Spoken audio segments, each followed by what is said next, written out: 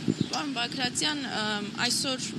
արդեն հայտարարություններ հնչեցին ադրբեջանական կողմից, մասնավորապես ԱՄՆ փոխնախագահի գալուց հետո, եթե մի փոքր հույս կար, որ հնարավոր է գերիների վերադարձ լինի, խոսվի այդ մասին, ԱՄՆ փոխնախագահը նշեցին, որ ամեն դեպքում այդ հարցը բարձրացել է, բայց այսօր Ադրբեջանի նախագահը հայտարարեց, որ նրանք իր խոսքով ծանր հանցագործներ են եւ նրանց ներում չի շնորհում, ըստ էության ասելով, որ վերադարձ չակնկալեն։ Գիտեք, խաղաղության process-ը ինքը երկար process է եւ ժամանակի ընթացքում իհարկե այդ դիրքորոշումները ավելի կփափկանան, ավելի կդառնա ընկալելի հասարակության համար հանրային ճնշումը շատ բարձր է, որպեսզի վերադարձվեն գերիները, ես վստահ եմ, որ վերադարձնելու են, ուղղակի բնականաբար դեռևս կոշտ ռետորաբանությունը ամբողջովին ադրբեջանական կողմի մոտ որոշ չափով պահպանվում է, այսպես ասած ոչ թե ամբողջովին, այլ որոշ մասով դեռևս պահպանվում է, որը ժամանակ է պահանջում, ես վստահ եմ, որ պայմանագիրը կնքելուց անպայման ազատ կարձակվեն գերիները, կվերադարձվեն հայրենիք։ Նաև պայմանագրի մասին է հայտարարություն արել Ֆրանս 24-ին տված հարցազրույցում նշվել է, որ խաղաղություն ստորագրելու հնարավոր չէ, քանի դեռ սահմանադրությունը այստեղ չեն փոխել։ Ինչու է շարունակվում միջամտել Հայաստանի ներքին գործերի։ Տեսեք, հասկանալի է հարցը, տեսեք, միջազգային վեճ կա, որ մենք մեր կողմը ավելի ճիշտ է, որովհետև մենք ասում ենք միջազգային պայմանագիրը բարձր է ազգային օրենքներից, այսինքն եթե դա այդպես է, եթե պայմանագիրը կնքվում է, սահմանադրությամբ ամրագրված ինչ-որ նոր, նույնիսկ եթե որևէ երկրի հետ խնդրահարույց է, դրանք այլևս չեն կարող ավելի բարձր համարվել, քան կնքվող պայմանագիրը։ Հետևաբար կարծում եմ, որ մենք ենք հայկական կողմն է այդ իմաստով ճիշտ, որ սահմանադրությունները չքրքրենք, օրենքները չքրքրենք, որովհետև վերպետական միջազգային պայմանագիր է կնքվում, իսկ միջազգային պայմանագիրը բարձր է ազգային օրենքներից, մեր ներպետական օրենքներից։ Բայց փաստացի փոփոխություններ սահմանադրությունում լինելու են,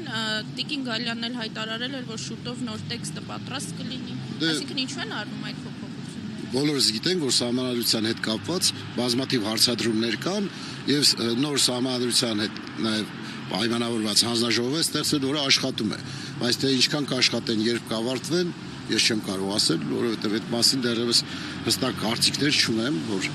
այսինչ օրը կարելի կամ կավարտեն 3 ամսից թե 1 տարուց չեմ կարող ասել, բայց որ այդ ուղղությամբ աշխատանքներ կատարում են եւ սահմանադրության մեջ կան բազմաթիվ խնդրահարույց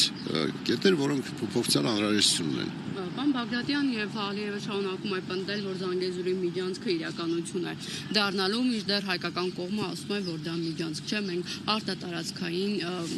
միավոր չենք տալիս Ադրբեջանին։ Եկեք մենք մեր պարզտրամաբանությամբ դիտարկենք հարցը։ Եթե Միացյալ Նահանգները հայտարարում է, որ Հայաստան Միացյալ Նահանգներ հայտարարության մեջ որևէ կետ չկա միջանցքի վերաբերյալ, այսինքն ինքը Հայաստանի տարածքային ամբողջականությունը, ինքնիշխանությունը, սուվերենությունը, նաև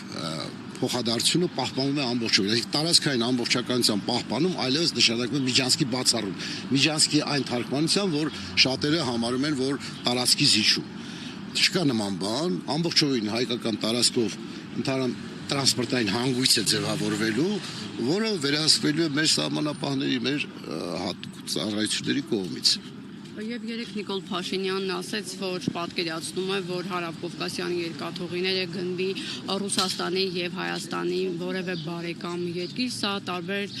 մեկնաբանությունների տեղիք տվեց, ինչու է հայկական կողմը նման որոշում ընդունում։ Ավելի շատ նման որոշումներ ոչ թե ընդունում են, այլ այդ կարծիքները քննարկում է զուտ այն կոնտեքստով, որ մեր երկաթուղին լիարժեք մասնակցի process-ին, բայց հնարավոր է, որ կոնցեսիոն կառավարումը ռուսական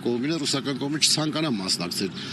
այս process-ին, այսինքն եւ TRIP-ի իմաստով եւ բազմաթիվ նոր նախագծերի, որովհետեւ իրենք են կոնցեսիոն կառավարիչները, կարող են եւ չցանկանալ մասնակցել այդ process-ներին ներողություն, մեզ ցանկալի է, որ մեր երկաթուղին մասնակցի, հայկական երկաթուղին մասնակցի այս ծրագրին, որովհետեւ դա մեր ներքին առևտրաշրջանառությանը կնպաստի, տնտեսության զարգացմանը կնպաստի, այս իմաստով այդ կարծիքը տեղ ունի,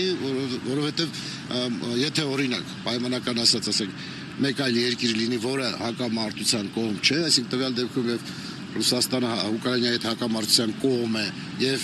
արևմուտքը հավաքական ավելի շատ Ուկրաինային է պաշտպանում, բնականաբար որոշակի հակասություններ կան, որովհետեւ այս հակասությունները չազդեն մեր երկրի տնտեսական զարգացման վրա, մեր ազգային շահերից, պետական շահերից է ելնում, որպեսզի մենք կարողանանք նաև մեր երկաթուղին ներգրավենք այս ամբողջ process-ին, այդ ապրանքաշրջանառությանը։ Սա է մեր ասացի նպատակը, վարչապետը այդ իմաստով է ասել։